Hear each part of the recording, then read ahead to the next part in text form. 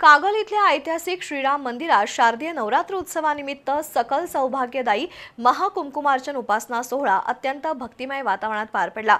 या सोहळ्यात महिला उत्स्फूर्तपणे सहभागी झाल्या होत्या। श्रीराम मंदिर जीर्णोद्धार समितीच्या वतीनं या सोहळ्याचं आयोजन केलं होतं।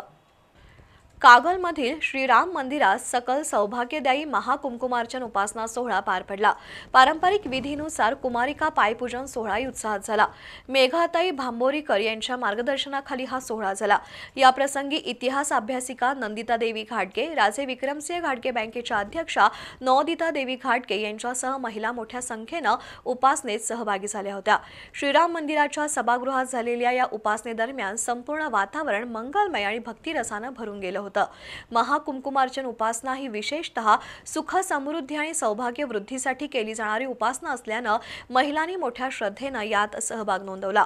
या उपासनेत तब्बल 400 सुवासिनी सहभागी झाल्या होत्या। महिलांनी मंत्रोच्चार, देवीचं स्तोत्र पठण आणि कुंकुमार्चन अर्पण यामध्ये सहभागी होऊन उपासनेची सांगता केली।